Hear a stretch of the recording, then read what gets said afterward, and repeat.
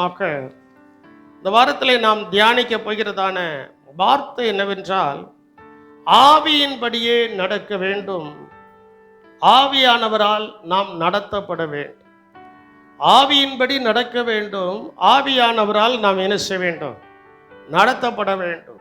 ஒரு வாகனத்தை நடத்துவதற்கு நடத்துனர் என்று ஒருவர் இருக்கிறார். ஒரு மாநிலத்தை நடத்துவதற்கு நடத்துனர் என்கிறதான ஒரு முதல்வர் என்ன செய்கிறார்? இருக்கிறார். ஒரு தேசத்தை நடத்துவதற்கு பிரதமர் என்று ஒருவர் என்ன செய்கிறார்? இருக்கிறார். ஆனால் நாம் சொல்கிற தேவ ராஜ்யத்திற்கு நாம் போக வேண்டும் என்றால் நம்மை நடத்துவதற்கு ஒருவர் இருக்கிறார். அவர்தான் ஆவியானவர். அல்லேலூயா. அந்த ஆவியானவர் நம்மை நடத்தணும். ஆவியானவர் நம்மை என்ன செய்யணும்? நடத்தணும். அந்த ஆவியானவரால் நான் நடத்தப்படும் போது நமக்கு சில ஆசீர்வாதங்களும் சில கிருபைகளும் நமக்கு உண்டாகின்றன. ரோமர் 8ஆம் அதிகாரத்தை நீங்கள் எடுத்து வைத்துக் கொள்ளுங்கள். ரோமர் 8ஆம் அதிகாரத்திலிருந்து சில வார்த்தைகளை உங்களுக்கு முன்பு வைக்கப் போகிறேன். சபை ஆவியின்படி நடத்தப்பட வேண்டும். குடும்பம் ஆவியானவரின்படி நடத்த வேண்டும். ஒரு தனி மனிதன் ஆவியின்படி நடத்தப்பட வேண்டும். இரண்டாவது சொல்வேன் என்றால், ஒரு சபை ஆவியின்படி நடக்க வேண்டும். ஒரு குடும்பம் ஆவியின்படி என்ன செய்ய வேண்டும்? நடக்க வேண்டும். ஒரு தனி மனிதன் பரிசுத்த ஆவியின்படி என்ன செய்யணும்? நடக்கும். பரிசுத்த ஆவியானவர் நம்மை நடத்துவார் என்றால் நம்முடைய வாழ்க்கையில இடரல் வராது. பரிசுத்த ஆவியானவர் நம்மை நடத்துவார் என்றால் நம்முடைய வாழ்க்கையிலே குறைபாடுகள் வராது. பரிசுத்த ஆவியானவர் நம்மை நடத்துவார் என்றால் நம்முடைய வாழ்க்கையிலே நிறைவு எப்பொழுதும் என்ன செய்யும்? இருக்கும். பரிசுத்த ஆவியானவர் நம்மை நடத்துவார் என்றால் நாம் ஒன்றிலும் குறைவுள்ளவர்களா அல்ல, எல்லாவற்றிலும் நிறைவுள்ளவர்களா என்ன செய்வோம்? இருப்போம். அதனால பரிசுத்த ஆவியானவர் நடத்த வேண்டும். யார் நடத்தணும்? பரிசுத்த ஆவியானவர் நடத்த வேண்டும். ரோமரின் நிருபம் 8ஆம் அதிகாரம் 1வது வசனத்தை நீங்கள் வாசிக்கும் போது அங்கே சொல்லப்பட்டிருக்கிறது, ஆனபடியால் கிறிஸ்து இயேசுக்குட்பட்டவர்களாய் இருந்து மாம்சத்தின்படி நடவாமல் ஆவியின்படி நடக்கிறவர்களுக்கு ஆக்கினை தீர்ப்பு இல்லை.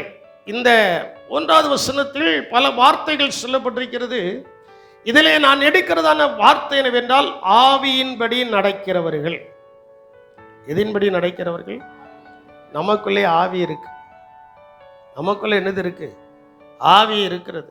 இயேசு மனிதனை சிருஷ்டித்து, மண்ணால் சிருஷ்டித்து, அவருடைய சுவாசத்தை நம்மேல் ஊற்றினார். அதனால் அவன் ஜீவ ஆத்மாவானான். அன்னையிலிருந்து நமக்குள்ள ஒரு மூச்சு என்ன செய்கிறது?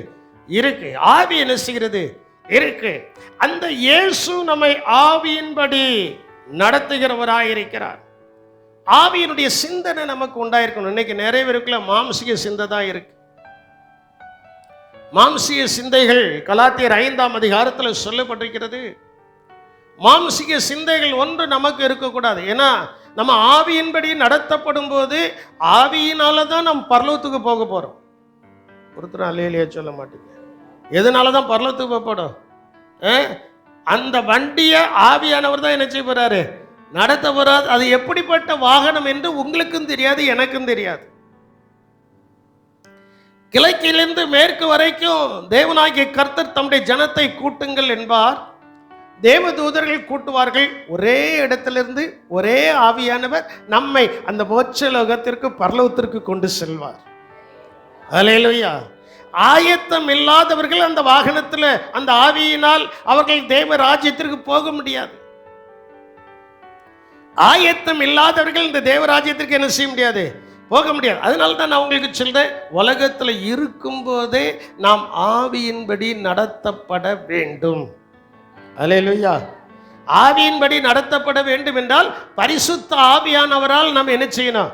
நடத்தப்பட வேண்டும். எலியா கீழே இருக்கிறான். எலிசா பின்னாலே போறான். ஏய், நான் கில்காலுக்கு போறேன், பெத்தேலுக்கு போறேன், எரியோவுக்கு போறேன், எங்க வேணாலும் போறோம். நான் உண்மை என்ன செய்ய மாட்டேன்? சொல்லுங்க, நான் உண்மை என்ன செய்ய மாட்டேன்? விடமாட்டேன். பின்னாலே போனான். போகும்போது அவனை எடுத்துக்கொள்ளும்படியாக ரதமும் குதிரையும், அக்கினி கலந்த குதிரை என்ன செய்கிற, அக்கினி கலந்த ரதமும் குதிரையை என்ன செய்து வந்து ஆவியில் அவன் எடுத்துக்கொள்ளப்பட்டான். எடுத்துக்கொள்ளப்படும்போது இந்த எலிசா கதறுகிறான், இஸ்ரவேலுக்கு ரதமும் குதிரை வீரருமாய் இருந்தவரே என்று கதறும் போது, அதுக்கு முன்னால அவனிடத்துல எலியா கேட்கிறதான கேள்வி, எப்பா ஏன் அவன் விடாம போனோம்னா, கேட்ட கேள்வி என்னன்னா, நான் எடுத்துக்கொள்ளப்படும் போது உனக்கு, நான் எடுத்துக்கொள்ளப்படும் போது உனக்கு என்ன வேண்டும்? எலிசா சொன்ன, உம்முடைய ஆவியின் வல்லமை ரெட்டிப்பா எனக்கு என்ன செய்யணும், வல்லமை ரெட்டிப்பா என்ன செய்யணும். அதனால அவனால விட்டு பிரிய முடியல. அவனால விட்டு என்ன செய்யல, எலியாவை விட்டு பிரிய முடியல. தூங்கினானோ தூங்கலையோ, சாப்பிட்டானோ சாப்பிடலையோ, அதெல்லாம் நமக்கு தெரியாது. எலியாவை விட்டு பின்வாங்கல. நான் நினைக்கிறேன் தூங்கினாலும் எலியா காலை பிடிச்சிட்டே தூங்கியிருப்பான். அவள்கிட்ட தூங்கினாலும் எலியாவுடைய சட்டையை பிடிச்சிக்கிட்டே என்ன செஞ்சிருப்பான், தூங்கியிருப்பான். எப்படியோ எலியாவை அவன் என்ன செய்யல, விடலை. நடந்தது என்ன, அவன் எடுத்துக்கொள்ளப்படும் போது மேலே இருந்து கீழே ஒரு சால் விழுகிறது. அந்த சாலை எடுத்தான், எடுத்து முறுக்கினான். யோர்தான் நதியில் எலியாவின் தேவன் எங்கே என்று சொன்னபோது அந்த யோர்தான் ரெண்டாக பிரிந்தது. அவன் கடந்து வந்தான், ஆவியினால் நடத்தப்பட்டான். அவன் எதனால நடத்தப்பட்டான்? ஆவியினால் என்ன செய்கிறான், நடத்தப்படுகிறான். என் அன்பு தேவனுடைய ஜனமே, இன்னைக்கு நீங்க எதனால நடத்தப்படுகிறீங்க? வம்பும் வாக்குவாதமும் வீண் பெருமையும் நமக்குள் வேண்டாம். அவைகள் எல்லாவற்றையும் கலைந்து விட்டு புதிதாய் பிறந்த குழந்தையை போல புதிய மனுஷனை தரித்துக் கொள்வோம் என்றால் நாம் ஆவியினால் நடத்தப்படுவோம். நாம் ஆவியினால் என்ன செய்யப்படுவோம், நடத்தப்படுவோம். 5வது வசனத்தை நீங்கள் வாசிக்கும் போது அங்கே சொல்லப்பட்டிருக்கிறது, அன்றியும் மாம்சத்தின்படி நடக்கிறவர்கள் மாம்சத்துக்குரியவைகளை சிந்திக்கிறார்கள். பாருங்க, மாம்சத்தின்படி நடக்கிறவர்கள் மாம்சத்துக்குரியவைகளை சிந்திக்கிறார்கள். மாம்சத்தின்படி நடக்கிறவர்கள் மாம்சத்தின்படி என்ன செய்கிறார்கள், சிந்திக்கிறார்கள். இந்த மாம்சத்தின் கிரியைகளை வேதாகமத்திலே சொல்லப்பட்டிருக்கிறது. எதையெல்லாம் சிந்திக்கிறார்களா? கலாத்தியர்கள் எழுதின நிருபம் 5ஆம் அதிகாரத்தை எடுத்துக்கொள்ளுங்கள். அங்கே சொல்லப்பட்டதான காரியங்கள் ஒரு 17 காரியங்கள் அங்கே சொல்லப்பட்டிருக்கிறது. அந்த மாம்சத்தின்படி அவர்கள் எதையை சிந்திக்கிறார்களாம்? 19வது வசனத்திலிருந்து நீங்கள் வாசிக்கும் போது, மாம்சத்தின் கிரியைகள் வெளியரங்கமாயிருக்கின்றன. அவையாவன விபச்சாரம், வேசித்தனம், அசுத்தம், காமவிகாரம், விக்கிரக ஆராதனை, பீலி சூனியம், பகைகள், விரோதங்கள், வைராக்கியங்கள், கோபங்கள், சண்டைகள், பிரிவினைகள், மார்க்க பேதங்கள், பொறாமைகள், கொலைகள், வெறிகள், களியாட்டுகள் முதலானவைகளே, இப்படிப்பட்டவர்களை செய்கிறவர்கள் தேவனுடைய ராஜ்யத்தை சோதரிப்பதில்லை என்று முன்னே நான் சொன்னது போல இப்பொழுதும் உங்களுக்கு சொல்லுகிறேன். என் அன்பு தேவனுடைய ஜனமே, நல்லா சிந்திச்சு பாருங்க. அதுல 17 காரியங்கள் இருக்கிறது. இந்த 17 காரியங்களை யார் சிந்திக்கிறார்கள் என்றால் மாம்சத்தின்படி நடக்கிறவர்கள். வேதவசனம் அப்படிதான் சொல்கிறது. அன்றியின் மாம்சத்தின்படி நடக்கிறவர்கள் மாம்சத்துக்குரியவைகளை என்ன செய்கிறார்கள், சிந்திக்கிறார்கள். மாம்சத்துக்குரியவைகளை சிந்திக்கிறார்கள். எப்படி என் வாழ்க்கையில முன்னேற, எப்படி என் வாழ்க்கையில என்னத்தை நான் செய்ய, எப்படி சம்பாத்தியமான, இதை சிந்திக்க வேண்டாம். இவைகள் எல்லாம் நமக்கு கூட கொடுக்கப்படணும்னா முதலாவது தேவனுடைய ராஜ்யத்தையும் அவருடைய நீதியையும் தேட வேண்டும். எதை தேடணும்? காலையில் எழும்பின உடனே வேதத்தை வாசித்தோ ஜெபித்தோ ரெண்டையும் செய்யணும்.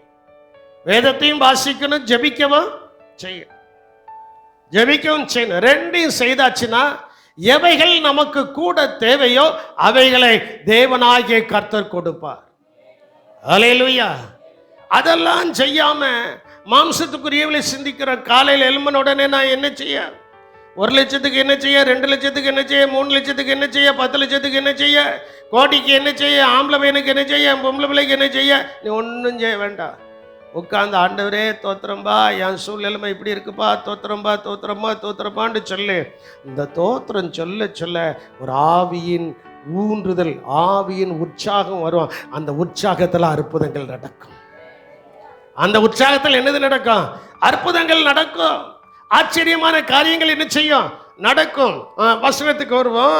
8ஆம் அதிகாரம் 5வது வசனத்தில், மாம்சத்தின்படி நடக்கிறவர்கள் மாம்சத்துக்குரியவைகளை சிந்திக்கிறார்கள், மாம்சத்துக்குரியவைகளை சிந்திக்கிறார்கள். ஆவியின்படி நடக்கிறவர்கள் ஆவிக்குரியவைகளை சிந்திக்கிறார்கள். ஆவியின்படி நடக்கிறவர்கள் என்ன சிந்திக்கிறார்கள்? ஆவியின்படி. ஒரு நாளைக்கு 24 மணி நேரம். இந்த 24 மணி நேரத்தில் குறைந்தபட்சம் ஒரு 2 மணி நேரம் 20 நிமிஷமாக கர்த்தருக்கு கொடுக்கும். வேதம் வாசித்தோ ஜபித்தோ, அது சின்ன பிள்ளையா இருந்தாலும் பெரிய பிள்ளையா இருந்தாலும், சின்ன வயசுலேருந்தே கொடுக்க ஆரம்பிச்சாச்சுன்னா, அதில் நீ கொடுக்க ஆரம்பிச்சாச்சுன்னா வாழ்க்கை செழிப்பாக்க கர்த்தரால் முடியும். அல்லேலூயா.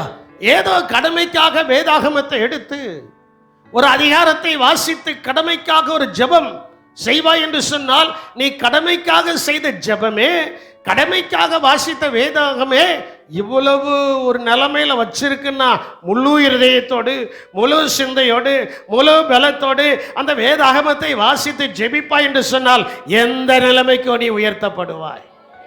அல்லேலூயா. எல்லா நிலைமைகளையும் நாம் என்ன செய்வோம்? உயர்த்தப்படுவோம். எல்லா நிலைமைகளையும் நாம் என்ன செய்வோம்? உயர்த்தப்படுவோம். அதான் அங்கே சொல்லப்பட்டிருக்கிறது, ஆவியின்படி நடக்கிறவர்கள் ஆவிக்குரியவைகளை என்ன செய்கிறார்கள்? ஆவிக்குரியவை சிந்திக்கணும். எப்பொழுதுமே நமக்கு ஒரு சிந்தனை இருக்கணும். என்ன சிந்தனைனா, இன்னைக்கு ஏசப்பா வந்தா நான் ஏசப்பாவோடு போயிடுவேனா? சொல்லுங்க பாப்போம். இன்னைக்கு ரைட் நாவ், இப்பொழுது ஏசப்பா வந்தா நான் ஏசப்பாவோடு போயிடுவேனா? அதுதான் உன்னதமான ஆவிக்குரிய சிந்தனை. அதுதான் உன்னதமான ஆவிக்குரிய சிந்தனை. நல்லா யோசித்து பாருங்க. அந்த 17 காரியத்தை நீங்கள் கலைஞ்சிட்டு புதிய மனுஷனை நீங்கள் தரித்து கொண்டால் ஆவிக்குரிய சிந்தனை உங்களுக்கு தானா என்ன செய்யும்? உருவாகும். ஆவிக்குரிய சிந்தனை தானா என்ன செய்யும்? உருவாக. அந்த ஆவிக்குரிய சிந்தனை உருவாக ஏசப்பா சகல ஜீவன்களும் அவருடைய வருகையை என்ன செய்கிறதா? எதிர்பார்க்கிறதா. அந்த எதிர்பார்க்கிறதான வரிசையில் நாமும் இருப்போம் என்று சொன்னால், அந்த ஆவியின் சிந்தனையின்படியாரம் நாம் செய்யக்கூடிய சகல காரியத்தையும் செய்து முடித்து பரலோகத்துக்கு போவதற்கு நம்மை கர்த்தர் தகுதிப்படுத்துகிறார். அல்லேலூயா. ஆவியின் சிந்தை. ஆவியின்படி நடக்கிறவர்கள் ஆவிக்குரியவர்களை என்ன செய்கிறாங்க? அவங்களுக்கு மாம்சத்தின்படியாரம் தெரியாது. இன்னைக்கு நான் சொல்றேன், ஒரு சினிமா பாட்டு எனக்கு தெரியாது. நான் உங்களுக்கு சொல்லுங்க. வீட்டில் சீரியல், நம்ம வாழ்க்கையே பெரிய சீரியலாக இருக்கு. தொடர் நாடகம், தொடர்கதை, நம்ம கதையே பெரிய கதையாக இருக்கு. இன்னும் இதில் போய் நீங்கள் தலையிட்டு இருக்கணுமா? நமக்கு தொடர்கதை, தொடர் ஜெபம். அல்லேலூயா. நம்மளுக்கு ஒரு தொடர் கதை இருக்கு. அது என்னன்னா தொடர் ஜெபம். காலைல ஜெர்மனியாச்சு, வேலைக்கு போயாச்சு, சாயங்காலம் வந்தாச்சு, அப்போ ஒரு ஜெபம். அந்த ஜெபம் தொடர தொடர தொடர தொடர தொடர ஆவியின் சிந்தை உருவாக்கப்படுகிறது. ஆவியின் சிந்தை என்ன செய்கிறது? உருவாக்கப்படுகிறது. ஆவியின் சிந்தை உருவாக்கப்படுகிறது. ஒரு நாளைக்கு நீங்க டிவியை வாட்ச் பண்ணுகிற நேரம், நீங்க எவ்வளவு நேரம் வாட்ச் பண்ணுதீங்க? அதே நேரத்தில் ஆவிக்குரிய சிந்தை உருவாக்குவதற்கு ஆண்டவருடைய சமூகத்தில் எவ்வளவு நேரம் செலவழிக்கிறீர்கள்? சொல்லுங்க. இப்போ அதெல்லாம் கிடையாது பாஸ்டர். என் கையில் ஒரு சவப்பெட்டி இருக்கு, அதுக்கு நான் வச்சிருக்க பேரே அதான். அந்த சவப்பெட்டியை திறந்த உடனே எல்லாம் அதில் என்ன செய்யுது? அதில் நீங்கள் செலவழிக்கிற நேரம் எவ்வளவு? அதாவது ஒரு பக்தன் பாடனா, நான் செலவிடும் ஒவ்வொரு நிமிடமும் அது வீணாக போகாதையா. நாம வீணா எவ்வளவு நேரம் செலவிடுதோம்? மாம்சத்திற்குரியவர்கள் தங்களுக்கு கிடைத்த நேரத்தை வீணாக செலவழிப்பார்கள். ஆனால் ஆவிக்குரிய சிந்தையுடையவர்கள் தங்களுக்கு கிடைத்த நேரத்தை பொன்னான நேரம் என்று சொல்லி அந்த பொன்னான இயேசுவின் சமூகத்தை நோக்கி பார்ப்பார்கள். அந்த பொன்னான இயேசு கிறிஸ்து பொன்னிலும் விலையேற பெற்ற ஆசீர்வாதங்களை அவரை நோக்கி பார்க்கிற பிள்ளைகளுக்கு கர்த்தர் கொடுக்கத்தான் போகிறார். அல்லேலூயா. அவர்தான் பொன்னான இயேசு. அவருக்கு ஒப்பானவர் இந்த உலகத்தில் யாருமே இல்லை. ஒப்பானவர் யாரும் இல்லை. ஆவிக்குரிய சிந்தை. இன்னைக்கு நமக்கு ஆவிக்குரிய சிந்தை இருக்கா? ஆவிக்குரிய சிந்தை இருக்கா? கொஞ்சம் யோசித்து பாருங்க. இயேசு மாம்சத்தில் வந்தார். ஆனால் அந்த மாம்ச சிந்தை உடையவர்கள் இயேசுவை ஏற்றுக்கொள்ளலை. மாம்சத்தில் வந்த அந்த மாம்சிக சிந்தை உடையவர்கள் இயேசுவை என்ன செய்யல? ஏற்றுக்கொள்ளவில்லை. யார் ஏற்றுக்கொண்டார்? ஆவியின் சிந்தை உடையவர்கள். அல்லேலூயா. இந்த சபையில் இப்போ நம்ம அந்த இடத்துல இருக்கிறோம்னா நமக்கு கொஞ்சம் ஆவிக்குரிய சிந்தை இருக்கு. அதனால தான் நம்ம யாரை ஏற்றுக்கொண்டு இருக்கிறோம்? இயேசுவை அந்த சிந்தையில நாம் வளர வேண்டும். அந்த சிந்தையில என்ன செய்யணும்? வளர வேண்டும். அந்த காலத்தில் 10th ரிசல்ட் வருதுன்னா இருதயமெல்லாம் பக்கு பக்குன்னு அடிக்கும்.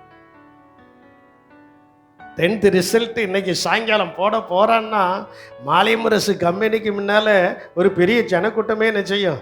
இருக்கும். இருந்து நம்பர் வந்திருக்கா வரலையான்னு என்ன செய்யும்? பார்க்கும். ஏன்னா அந்த 10 வருஷம் வளர்ந்ததான வளர்ச்சிக்குரிய வேகம் அந்த பேப்பரில் என்ன செய்யும்? வெளிப்படும். இப்போ அப்படிலாம் கிடையாது. எந்த பிள்ளையாவது எந்த பையனாவது ரிசல்ட் வருதுன்ட்டு ரொம்ப ரொம்ப உன்னிப்பாக அதை கவனிக்கிறாங்களா? இல்லை. அவங்களுக்கு தெரியும், நான் என்ன எழுதினாலும் எங்கள் டீச்சர் எங்கள் அரசாங்கம் எங்களை பாஸ் பண்ணி விட்டுரும். நான் என்ன எழுதினாலும் என்ன செய்தாலும் எங்கள் அரசாங்கம் என்ன செஞ்சிடும்? ஏன்னா பாஸ் பண்ணி விடலை, அந்த அந்த டீச்சருக்கு மறுபடியும் மெம்மோ என்ன செய்கிறது? போகுது. அந்த காலத்தில் அப்படிலாம் கிடையாது. அதனால தாங்க ஹிஸ்ட்ரி ஜாகிரபியில் நான் 10 மார்க் எடுத்தேன். 10 மார்க்குக்கு எழுதியாச்சுனாலே இப்போ 35 மார்க் போட்டு என்ன செஞ்சிருவாங்க? திருத்துற டீச்சர்ஸ் சொல்லுங்களா? போட்டு என்ன செஞ்சிருவாங்க? ஆனால் ஆவிக்குரிய சிந்தையில் அதல்ல. 10 மார்க் எடுத்தால் 10 மார்க்கு தான். அதை ஆண்டவர் கூட்டவும் மாட்டார், குறைக்கவும் மாட்டார். அதனால தான் உடைய லெவல் ஆவிக்குரிய சிந்தை வளர்ந்து கொண்டே இருக்க வேண்டும். அல்லேலூயா. இயேசு மாம்சத்தில் வந்தார். மாம்சமானவர்கள் அவரை என்ன செய்யல? அவர்களுக்கு ஏனென்றால் மாம்ச சிந்தை தான் இருந்தது, ஆவிக்குரிய சிந்தை இல்லை. ஆவிக்குரிய சிந்தை மாம்ச சிந்தையை அழிக்கிறதா இருக்கிறது. ஜென்ம சுவாபம் அழிந்து போ, ஆவிக்குரிய சுவாபம் வளர்ந்து கொண்டே என்ன செய்யும்? இருக்கும். 1 கொரிந்தியரின் புஸ்தகம் 15ஆம் அதிகாரம் 44வது வசனத்தை நீங்கள் வாசிக்கும் போது அங்கே சொல்லப்பட்டிருக்கிறது, ஜென்ம சரீரம் விதைக்கப்படும், ஆவிக்குரிய சரீரம் எழுந்திருக்கும், ஜென்ம சரீரமும் உண்டு, ஆவிக்குரிய சரீரமும் உண்டு. ஏமா ஐயா நல்லா கவனிங்க. ஆவிக்குரியவர்கள் எழுந்திருப்பார்கள், ஜென்ம சரீரம் அப்படியே தான் இருக்கும். ஜென்ம சுபாவம், சிலருக்கு ஜென்ம சுபாவம்னு சிலுவையில் அறையப்படலை. நம்ம பாடுதோம், எல்லா மரண வீட்லையும் இந்த பாடலை பாடுதோம்.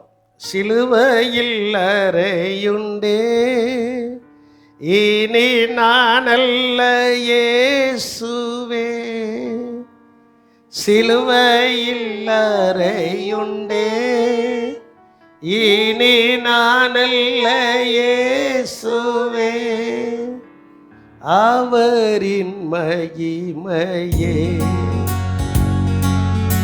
எனது லட்சியமே, அவரின் மகிமையே எனது லட்சியமே, பரலோகமே என் சொந்தமே, என்னை காண்பேனோ,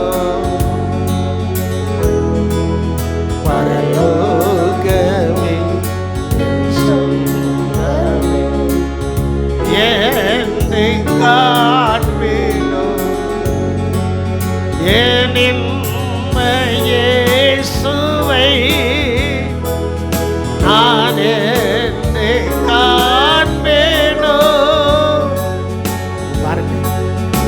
ஆவிக்குரிய சிந்தையுடையவர்கள், ஆவிக்குரிய சிந்தையுடையவர்கள் இயேசுவை பார்ப்பதற்கு அவர்கள் ஆயத்தமாகி கொண்டிருக்கிறார்கள். அல்லேலூயா. ஒரு மரண வீட்டுக்கு போனால் நீங்கள் எல்லாரும் தூரத்தில் போயிடுவீங்க. ஆனால் ஊழியக்காரர்களாகிய நாங்கள் பக்கத்தில் நின்று தான் அந்த மரண ஆராதனை நடத்த வேண்டியது இருக்கு. மரண ஆராதனை செய்ய வேண்டியது இருக்கு, நடத்த வேண்டியது இருக்கு. பக்கத்தில் நின்று, தலைமாட்டில் நின்று,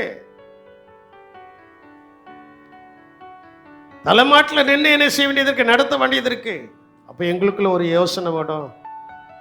எல்லாரும் அந்த மரண வீட்டுக்கு போன உடனே இப்படிதான் நிற்போம், இப்படிதான் என்ன செய்வோம், நிற்போம். நான் எதற்காக சொல்றேன்னா, அதே போல ஒரு நாள் நமக்கும் வரும். அன்னைக்கு நமக்கு முன்னாலே நிறைய பேர் இப்படிதான் நிற்பாங்க. ஆனால் ஆவியின்படி நடந்திருந்தால், ஆவிக்குரிய சிந்தை நம்மிடத்தில் இருந்திருந்தால், அந்த ஆவியானவர் நம்மை பரிசுத்தப்படுத்தி அவரோடு கூட வைத்துக் கொள்வார். அவரோட கூட என்ன செய்வார், வைத்துக்கொள்ள. ஜென்ம சரீரம் விதைக்கப்படும், ஆவிக்குரிய சரீரம் என்ன செய்யும், எழுந்திருக்கும். ஆகிலும் ஆவிக்குரிய சரீரம் முந்தினது அல்ல, ஜென்ம சரீரமே முந்தினது. ஜென்ம சரீரமே முந்தினது, ஆவிக்குரிய சரீரம் பிந்தினதுதான். முந்தினது மண்ணிலிருந்து எடுக்கப்பட்டபடினால் அது மண்ணுக்கு போகிறது. பிந்தினது பரிசுத்த ஆவியினால் கொடுக்கப்பட்டபடியினால் அது பரிசுத்த ஆவியின் மகிமையினால் நிறைந்து பரிசுத்த ஆவியினுடைய சமூகத்துக்கு போகிறது. அல்லேலூயா. இன்னும் நம்முடைய ஜென்ம சுபாவங்கள்லாம் அழிக்கப்படும். ஜென்ம சுபாவங்கள் என்ன செய்யணும், அழிக்கப்படணும். தாவீதுக்கு ஜென்ம சுபாவம் கொஞ்சம் இருந்துச்சு, அழிக்கப்படுவதற்கு ஆண்டவர் நல்ல ட்ரைனிங்கை கொடுத்தார். அழிக்கப்பட்டது 40 வருடம் அவன் ராஜாவாக இருந்தான். அல்லேலூயா. எத்தனை வருடம் ராஜாவாக இருந்தான்? 40 வருடங்கள் அவன் ராஜாவாக என்ன செய்தான், இருந்தான். யோசேப்புக்கு கொஞ்சம் ஜென்ம சுபாவம் உண்டு. என்னன்னா, எங்க வீட்டிலே நான் தான் செல்லப்பில்லை, எங்க அப்பா நான் சொல்றதா என்ன செய்வாரு, கேட்பாரு. எங்க அப்பா நான் சொல்றதா என்ன செய்வாரு, கேட்பாரு. வேற யாரும் சொல்றதே கேட்க மாட்டாரு. இருந்துச்சு 13 வருடம் அந்த ஜென்ம சுபாவங்கள் ஒளிவதற்கு ஆண்டவர் ஒரு நல்ல ட்ரைனிங் என்ன செய்தாரு, கொடுத்தார். ஆவிக்குரிய சுபாவம் வந்தது. அவன் மரிக்கும் வரைக்கும் அவன் அவன் அவன் எகிப்து தேசத்திலே 2வது அதிபதியாக இருந்தான். அப்போ நமக்கு ஆசீர்வாதங்கள் வராமல் இருப்பதற்கு ஆசீர்வாதத்தினுடைய தடைகள், ஆசீர்வாதம் வராமல் இருப்பதற்கு ஆசீர்வாதத்தினுடைய தடைகள் இதுவும் ஒன்றாய் இருக்கலாம். ஜென்ம சுபாவங்கள் நம்மளை விட்டு ஒழிய வேண்டும். ஆவிக்குரிய சுபாவங்கள் நமக்குள்ள என்ன செய்யணும், உண்டாக வேண்டும். சரி, மாம்சத்தின்படி பிழைத்தால் சாவீர்கள், ஆவியினாலே சரீரத்தின் செய்கைகளை அழித்தால் பிழைப்பீர்கள். 8ஆம் அதிகாரம் 13வது வசனம். ரோமர் 8:13 சொல்லப்பட்டிருக்கிறது, மாம்சத்தின்படி பிழைத்தால் சாவீர்கள், மாம்சத்தின்படி பிழைத்தால் சாவீர்கள், மாம்சத்தின்படி பிழைத்தால் சாவீர்கள், ஆவியினாலே சரீரத்தின் செய்கைகளை அழித்தால் பிழைப்பீர்கள். ஆவியினால, ஆவியில நரம்பு. சிலருக்கு சபைக்குள்ள வந்தாச்சுன்னா அப்பா தோத்திரண்டு கூட வராது, அந்நிய பாஷை தான் வரும். தோத்திரம் கூட வராது, என்னதான் வரும், அந்நிய பாஷை தான் வரும். ஆனால் வீட்டுக்கு போயாச்சுன்னா இந்த அந்நிய பாஷை வராது, வேறொரு அந்நிய பாஷை வரும். நல்லா யோசித்து பாருங்க, நல்லா சிந்தித்து பாருங்க. இந்த அந்நிய பாஷையில நிரம்பி இருக்கும் போது ஆவியின்படி அவர்கள் நடத்தப்படுகிறார்கள். அந்த ஆவியின்படி நடத்தப்படுகிறவர்கள் ஆவிக்குரியவர்களை சிந்திக்கிறார்கள், ஆவியானவரோட இசைந்து இருக்கிறார்கள். யாரோடு இசைந்து இருக்கிறார்கள்? ஆவியானவரோட இசைந்து என்ன செய்கிறார்கள், இருக்கிறார்கள். 8ஆம் அதிகாரம் 13வது வசனத்தில் அழகாய் சொல்லப்பட்டிருக்கிறது, மாம்சத்தின்படி யாரும் பிழைத்தால் சாவீர்கள், ஆவியினாலே சரீரத்தின் செய்கைகளை அழித்தால். நமக்கு ஒரு பிழைப்பு வேணும், நமக்கு ஒரு ஆசீர்வாதம் வேணும், நமக்கு ஒரு ஆசீர்வாதம் வேணும். நம்முடைய குடும்பம் நல்லா இருக்கணும், நம்முடைய பிள்ளைகள் நன்றாக இருக்கணும். அப்படின்னா மாம்சத்தின் கிரியைகளோ ஜென்ம ஸ்பாவமோ நம்மில் வெளிப்படக்கூடாது. ரட்சிக்கப்பட்ட நாளிலிருந்து இதுவரைக்கும் நம்மில் வெளிப்படக்கூடியதான காரியம் ஆவியின் சிந்தை, ஆவிக்குரிய ஸ்பாவம். எனக்கும் சில நேரத்தில் மாம்ச சிந்தை வெளிப்பட்டிருக்கலாம். பைபிள் காலேஜில் படிக்கும்போது ஒரு வாலிபனை செவுட்டில் அடித்தோம்னா அது என்ன சிந்தை சொல்லுங்க? அது என்ன சிந்தை? மாம்சிக சிந்தை. அதனால பனிஷ்மெண்ட்டும் கிடைச்சிச்சுல. பனிஷ்மெண்ட்டே என்ன செய்தது? கிடைத்ததில்ல. அந்த பனிஷ்மெண்ட்டை சகித்து அந்த பனிஷ்மெண்ட்லையும் உண்மையாக இருந்ததுனால ஆண்டவர் இன்னைக்கு ஊழியத்தில் என்ன செய்திருக்கிறாரு? வைத்திருக்கிறார். ஊழியத்தில் இந்த இடத்துல 39 வருஷம் நான் இருக்கிறேன்னா என்ன ஜென்ம சுவாபத்தெல்லாம் ஜெயித்து வந்திருக்கிறேன். நீங்களும் ஜெயிக்கணும். நீங்களும் என்ன செய்யணும்? ஜெயிக்கணும். அதனால மாம்சத்தின்படிகார நாம் பிழைக்கிறவர்கள் அல்ல, ஆவியினாலே சரீரத்தின் செய்கைகளை அழித்து ஜென்ம சுவாபங்களை அழிக்கும்.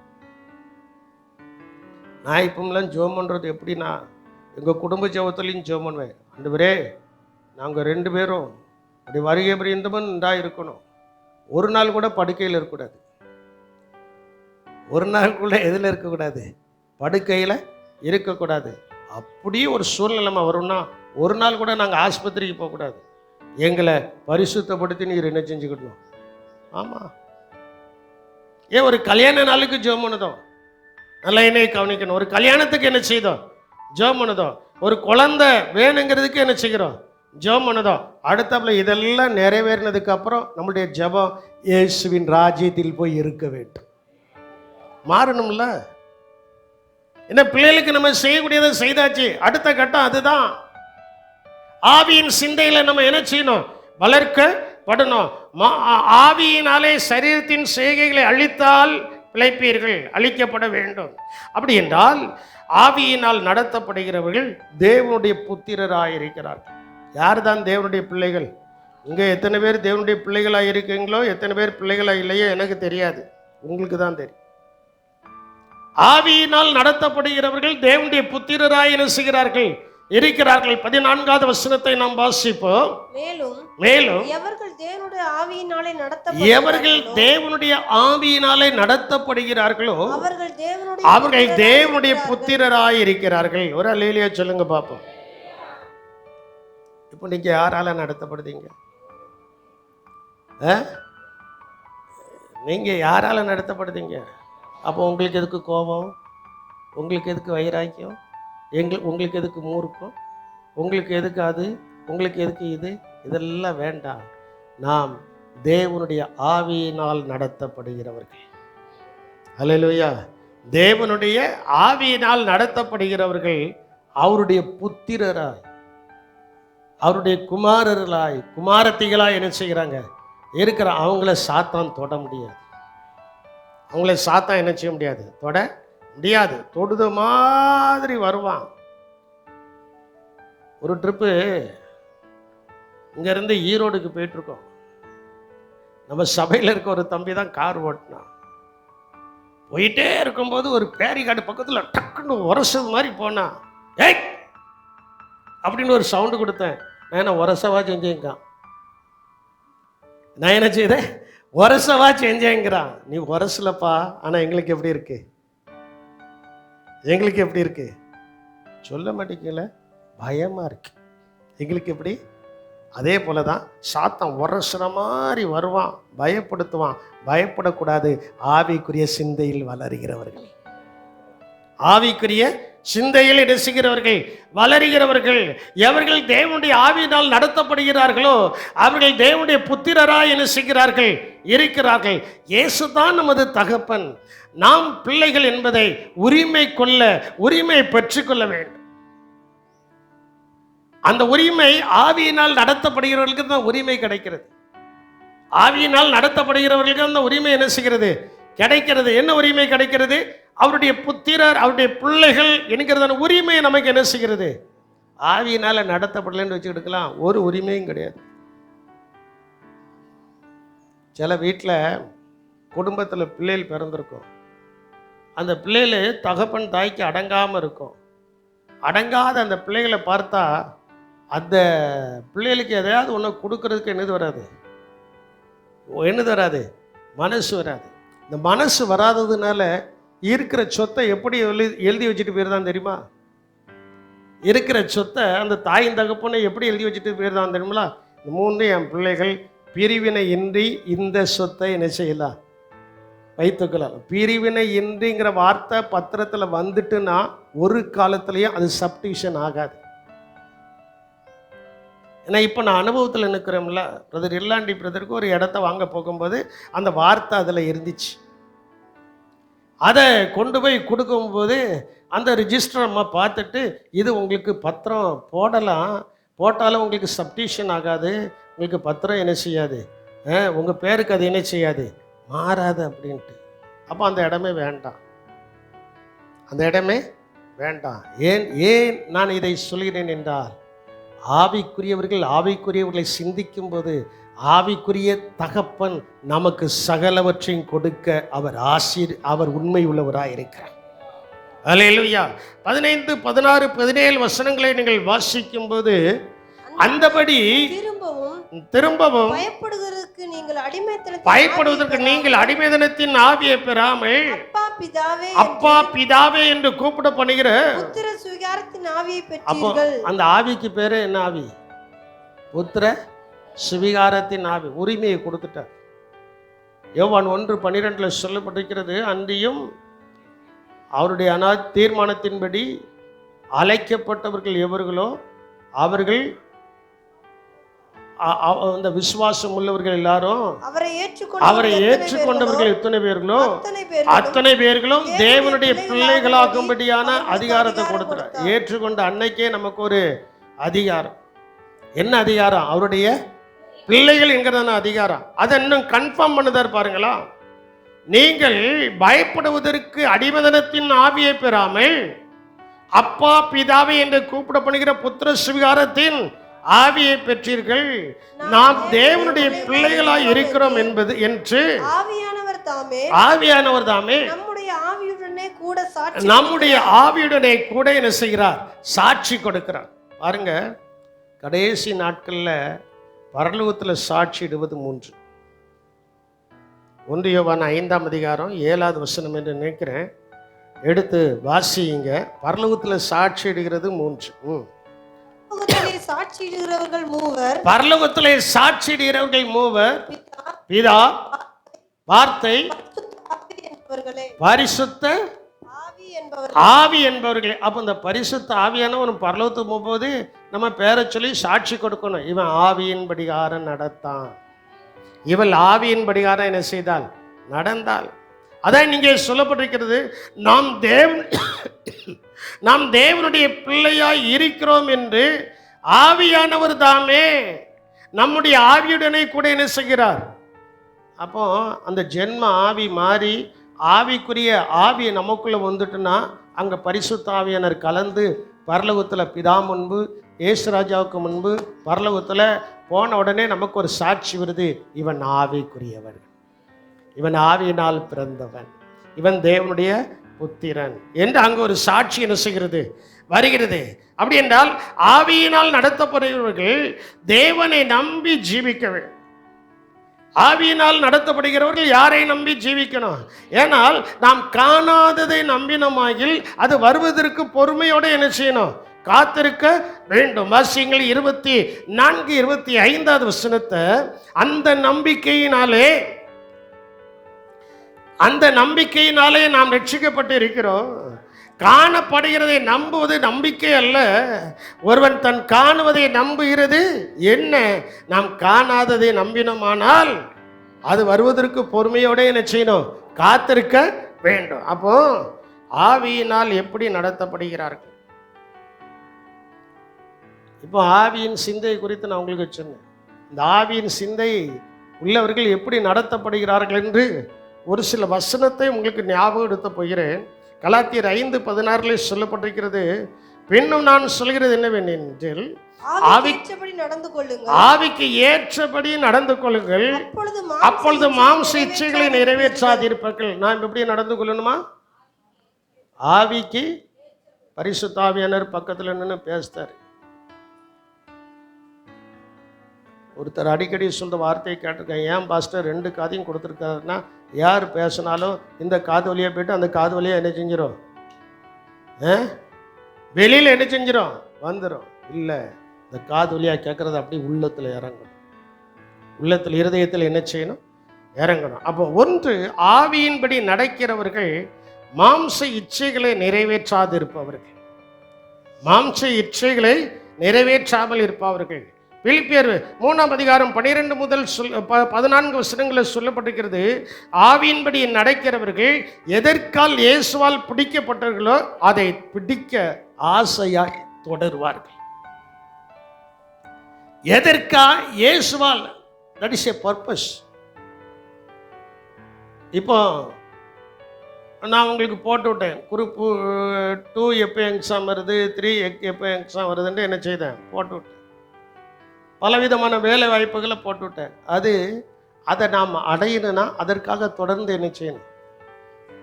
சொல்ல மாட்டேங்களே, தொடர்ந்து என்ன செய்யணும்? முயற்சி எடுக்கணும். அதே போல தான் ஆவிக்குரிய ஜீவியத்தில் அதை நாம் ஆசையாக என்ன செய்யணும்?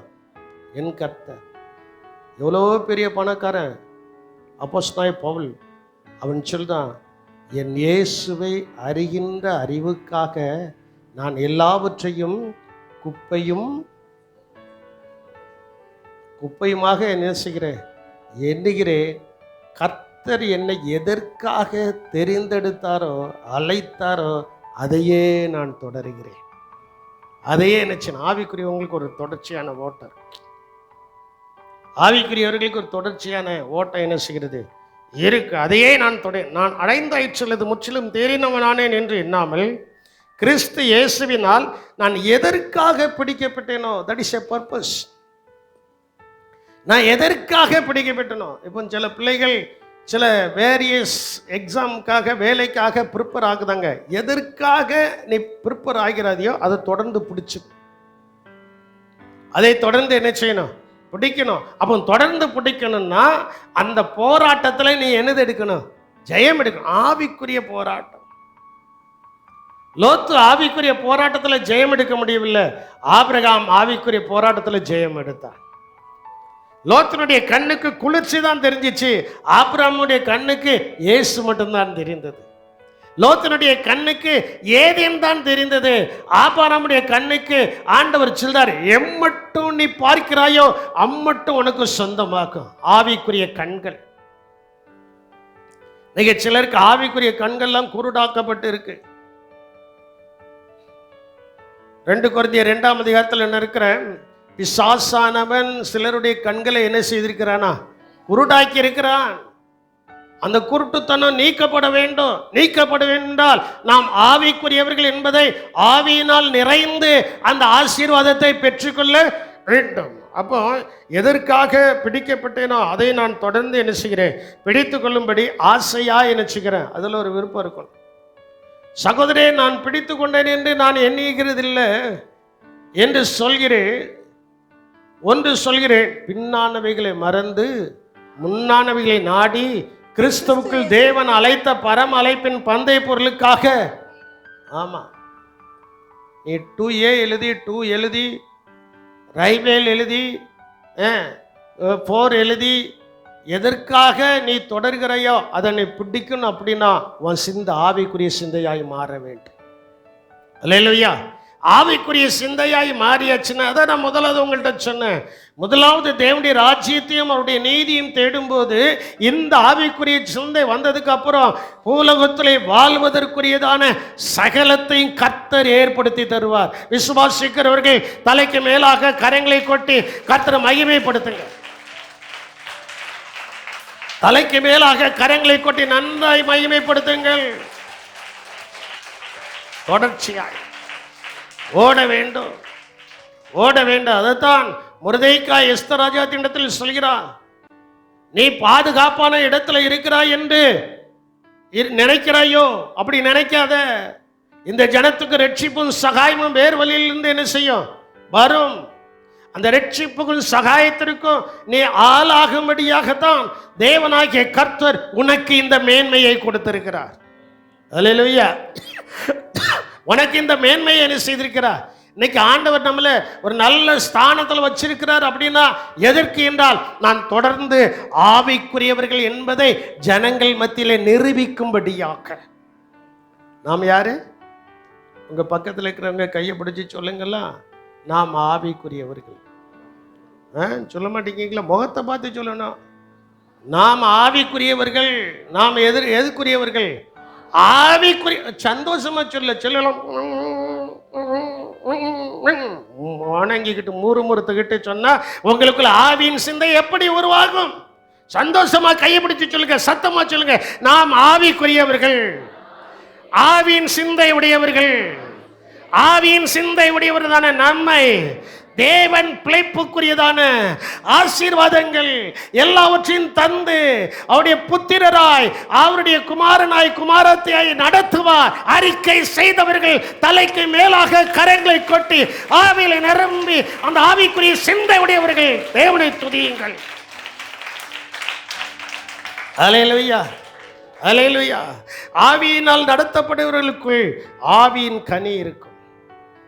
ஆவியினால் நடத்தப்படுகிறவர்களுக்கு கலாத்தியர் 5ஆம் அதிகாரம் 22 முதல் 23வது வசனம் வரைக்கும் நீங்கள் வாசிக்கும் போது அந்த ஆவியின் கனி இருக்கும். அப்படி என்றால் ஆவியினால் நடத்தப்படுகிறவர்களுக்கு கிடைக்கும் பலன் என்ன? அதையே நான் ஒரு 3 வசனத்தை சொல்லி நான் முடிக்க போறேன். ஆவியினால் நடத்தப்படுகிறவர்களுக்கு கிடைக்கும் பலன் என்ன? 8ஆம் அதிகாரம் 1வது வசனத்தை நீங்கள் வாசிக்கும் போது, ஆனபடியால் கிறிஸ்து இயேசுக்குட்பட்டவர்களாய் இருந்து மாம்சத்தின்படி நடக்காமல் ஆவியின்படி நடக்கிறவர்களுக்கு ஒண்ணு ஆக்கினை தீர்ப்பு இல்லை. நமக்கு என்ன தீர்ப்பு இல்லை? ஆக்கினை தீர்ப்பு இல்லை. ஆக்கினை தீர்ப்பு வரும் என்றால் நாம் நரகவாசியாய் மாறிவிடுவோம். ஆக்கினை தீர்ப்பு இல்லைன்னா நம்ம பரலோகவாசியாய் மாறி இருக்கிறோம். நம்ம என்ன வாசிகள்? சொல்லுங்க, நம்ம என்ன வாசிகள்? நம்ம என்ன வாசிகள்? பரலோக வாசிகள். அதனால நமக்கு ஆக்கினை தீர்ப்பு இல்லை. நமக்கு என்னது இல்லை? ஆக்கினை தீர்ப்பு இல்லை. 2வது, அவர்கள் புதிய ஜீவனுடையவர்களாய் நடந்து கொள்வார்கள். ஆவியின் சிந்தையுடையவர்கள் புதிய ஜீவனுடையவர்களாய் நடந்து சாவுக்கு ஏதுவான சரீரங்களை இயேசு உயிர்ப்பிப்பார் என்கிற விசுவாசத்தில் வளருகிறவர்கள். வாசிங்க 11வது வசனத்தை நீங்கள் வாசிக்கும் போது அதிலே சொல்லப்பட்டிருக்கிறது, அன்றியும் இயேசுவை மரித்தோரிலிருந்து எழுப்பினவருடைய ஆவி உங்களில் வாசமாயிருந்தார். இப்போ கொஞ்சம் ஒரு கமா, நமக்குள்ள என்ன ஆவி வாசமாயிருந்தா? எனக்கு சில நேரத்தில் காது கேட்காதுன்னு சொல்லியிருக்கேன். எல்லாரும்ல சொல்லணும். ஒரு சிலருக்குள்ள தான் அந்த ஆவி இருக்கு. இயேசுவை மரித்தோரிலிருந்து எழுப்பினுடைய ஆவி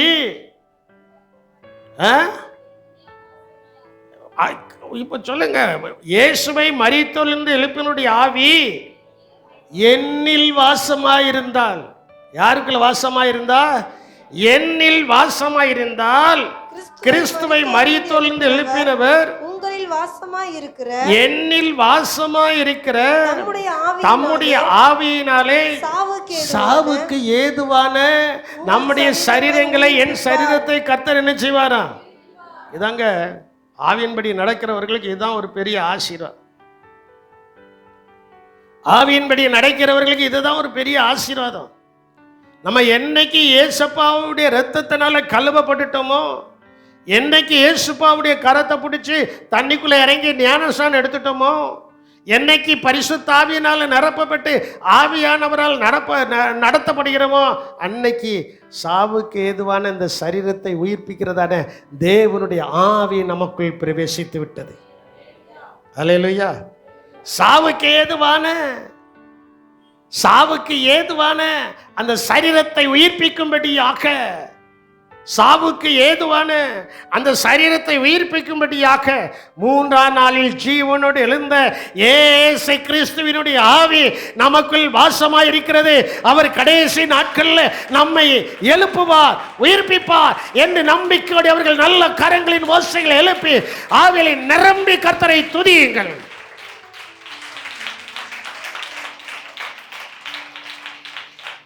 ஆமென், அல்லேலூயா. ஏன்னா அந்த கிறிஸ்துவின் ஆவி நமக்குள்ள வந்துட்டுனா தரித்திரம், வறுமை எல்லாம் மாறும்.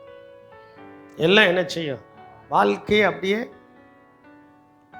ஆங்கிலத்தில் அப் அண்ட் டவுன் வாழ்க்கை. இப்போ இருக்கிற வாழ்க்கை அப் அண்ட் டவுன். அதை மாற வேண்டும். தலையீழாக, அப்படிதானே? தலையீழாக மாறணும்னா ஆவி, பரிசுத்த ஆவி நமக்குள்ள என்ன செய்யணும்? மனுஷனை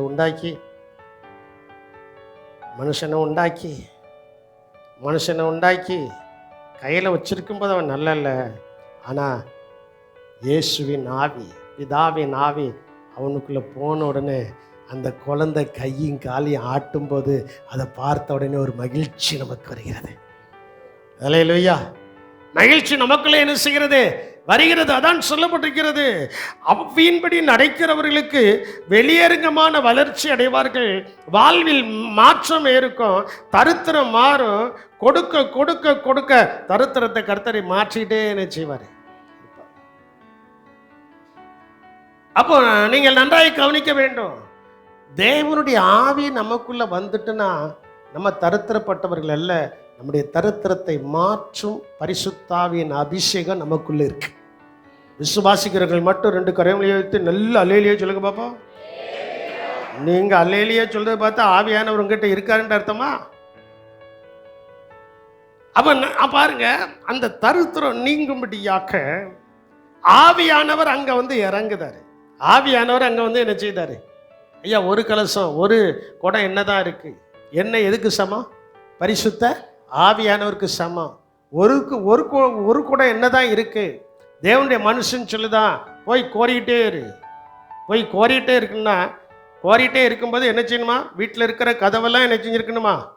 சொல்லுங்க, வீட்டில் இருக்கிற கதவெல்லாம் என்ன செய்யணும்? பூட்டிட்டு நீயும் உன் பிள்ளையும் உன் குடும்பம் கோரிக்கிட்டே இரு. அதனுடைய அர்த்தம் என்னன்னா, நீ ஆவியினால் நடத்தப்படுவதற்கு உன் குடும்பத்தில் இருக்கிறதான எல்லாரையும் சேர்த்து கதவை பூட்டிட்டு நீ தோத்துறோன்னு சொல்லி அந்த ஊற்றை பொங்க வைத்து கொண்டே இரு.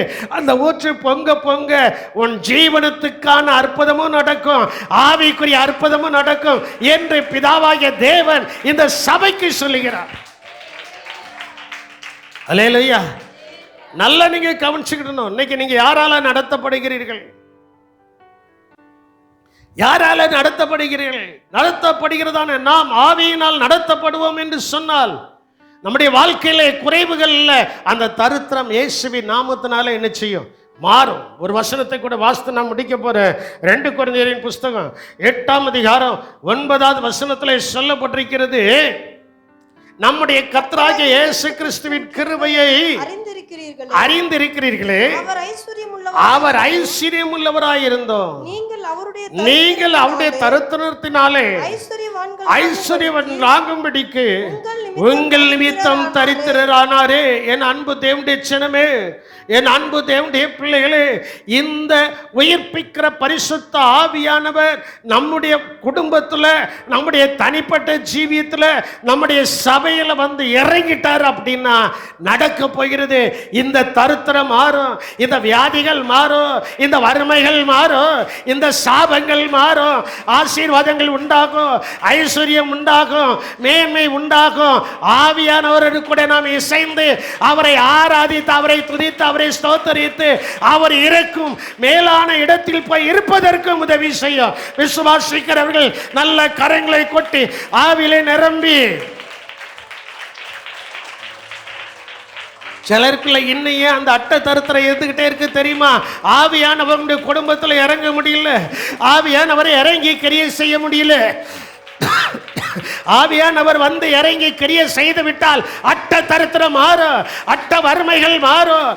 எதெல்லாம் உங்களுக்கு கஷ்டம் என்று நினைக்கிறீர்களோ அது லகுவாக மாறும், வியாதிகள் மாறும், சாபங்கள் மாறும், ஆசீர்வாத குறைவுகள் மாறும். ஆவியானவருடைய குடும்பத்தில் வந்து இறங்கணும். ஆவியானவர் உங்களுடைய குடும்பத்தில் வந்து என்ன செய்யணும்? இறங்கணும். உங்களுடைய தனிப்பட்ட ஜீவியத்தில் ஆவியானவர் வந்து இறங்கணும். ஆவியானவர் இறங்கிட்டாருனாலே அங்க தரித்திரத்தை உண்டு பண்ணுகிற சாத்தானுக்கு இடம் இல்லை. அல்லேலூயா! ஆவியானவர் வந்து இறங்கிட்டாலே அங்க பலவீனத்தை உண்டு பண்ணுகிற அந்த பலவீனனுக்கு இடம் இல்லை. ஆவியானவர் வந்து இறங்கிட்டாலே அங்கே அங்கே மாம்சிக குணத்தை வெளிப்படுத்துகிற மாம்சிகமானவனுக்கு இடம் இல்லை. ஆவியானவர் வந்து இறங்கி விட்டாலே எல்லாம் மாறுகிறது, எல்லாம் ஒளிமயமாய் மாறுகிறது, எல்லாம் வெளிச்சமாய் மாறுகிறது, எல்லாம் நிறைவாய் மாறுகிறது, எல்லாம் மேன்மையாய் மாறுகிறது, எல்லாம் கடமாய் மாறுகிறது. என் அன்பு தேவனுடைய ஜனமே, வார்த்தையின் இறுதியாய் ஒரே ஒரு கேள்வியோடு நான் முடிக்க போறேன். நீங்கள் யாரால் நடத்தப்படுகிறீர்கள்? மாம்சிகத்தினால் நடத்தப்படுகிறீர்களா, ஆவியினால் நடத்தப்படுகிறீர்களா? இளங்கால் நிற்போமா? ஆண்டவருடைய சமூகத்தில் குடிக்கிறதுக்கு வேகமாக போகிறான், பாவம் செய்யறதுக்கு வேகமாக போகிறான்.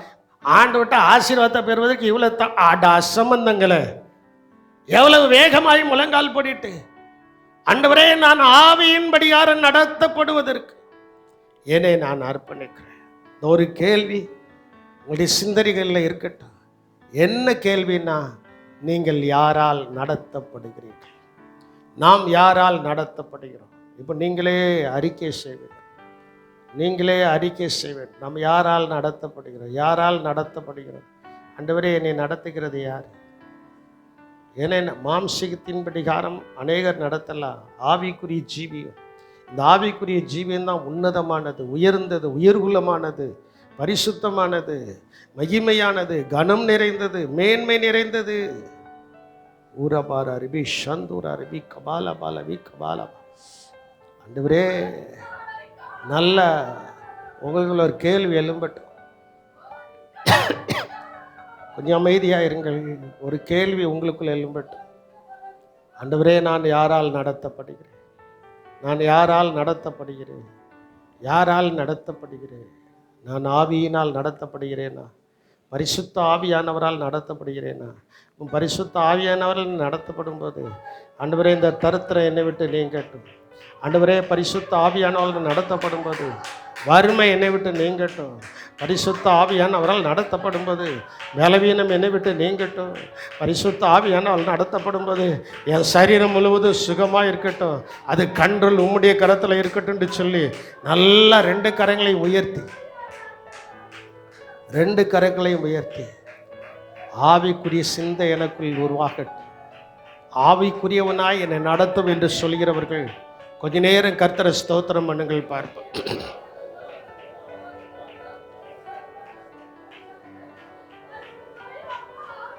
எங்கள் அன்பின் ரட்சகரே, நாங்கள் உம்மை துதிக்கிறோம், உம்மை ஸ்தோத்திரிக்கிறோம் கர்த்தாவே. ஆண்டவரே, இந்த நாளிலும் எங்களுக்கு ஒரு ஆவிக்குரிய சிந்தை உண்டாகட்டும்.